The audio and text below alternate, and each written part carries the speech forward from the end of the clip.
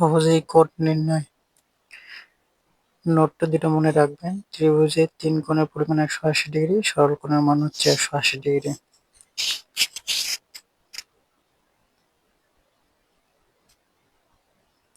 তাহলে একটা ত্রিভুজ দেওয়া আছে, তাহলে এই ত্রিভুজের 3টা কোণ, ত্রিভুজের 3 কোণের পরিমাণ হচ্ছে 180 ডিগ্রি। আর সরল কোণ এ ও বি একটা সরল কোণ, এই কোণের মান হচ্ছে 180 ডিগ্রি।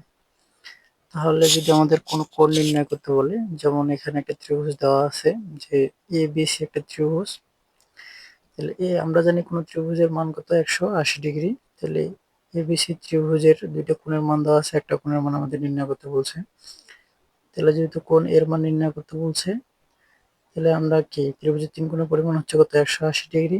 এখান থেকে আমরা যদি যে 2 কোণের পরিমাণ দেওয়া আছে এটা বাদ দিই, তাহলে হচ্ছে আমরা এই কোণের পরিমাপ পাবো। তাহলে আমরা 180 ডিগ্রি থেকে ওই দুইটা কোণের পরিমাপ যোগ করে বাদ দিব, তাহলে হচ্ছে আমাদের কত 60 ডিগ্রি। এটা আমরা মুখে মুখে খুব সহজেই বের করতে পারবো যদি আমাদের উপরে দুইটা নোট জানা থাকে। তাহলে 180 ডিগ্রি থেকে যে দুটো কোণের মান দেওয়া থাকবে দুটো বাদ দিলে তৃতীয় কোণটার মান পাওয়া যাবে। তাহলে আরেকটা আমরা সমাধান করব। একটা ত্রিভুজ দেওয়া আছে, এই ত্রিভুজের দুটো কোণের মান দেওয়া আছে, আর একটা কোণ এসিবি, এই কোণের মান নির্ণয় করতে বলছে। তাহলে আমরা যদি এটা মান নির্ণয় করি, সেম আমরা আগেরটা যেরকম করে করছি, যে ত্রিভুজের দুটো কোণের মান দেওয়া আছে, একটি মান বের করতে হবে। তাহলে দুইটা যোগ করে 180 ডিগ্রি থেকে বাদ দিলেই আমরা তৃতীয় কোণের মান পেয়ে যাব।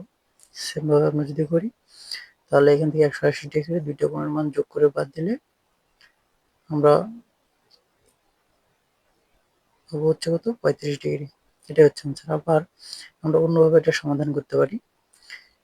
যেহেতু আমরা জানি যে সরল কোণের মান হচ্ছে কত 180 ডিগ্রি, তাহলে এটা যদি আমরা দেখি সরল কোণ, এটার মান হচ্ছে 180 ডিগ্রি। এখানে দেখেন 145 আর হচ্ছে 35, এই দুইটার যোগ করলে আমরা কত পাই 180 ডিগ্রি। তাহলে আমাদের শুরুতে দেওয়া ছিল কত 145 ডিগ্রি, আর আমাদের বিপরীত কোণটার মান বের করতে হবে। তাহলে 180 ডিগ্রি থেকে যদি আমরা 45 বাদ দিই, তাহলে হচ্ছে আমরা 35 ডিগ্রি পাই। তাহলে দ্বিতীয়টা আমরা এভাবে করতে পারি, 145 ডিগ্রি, এখান থেকে যদি আমরা 180 ডিগ্রি থেকে 145 ডিগ্রি বাদ দিই, তাহলে হচ্ছে আমরা কোণ সির মান আমরা পেয়ে যাবো 35 ডিগ্রি, খুব সহজে। তাহলে এখানে একটা ত্রিভুজ দেওয়া আছে, ত্রিভুজের একটি কোণের মান দেওয়া আছে এবং সরল কোণের একটি মান দেওয়া আছে।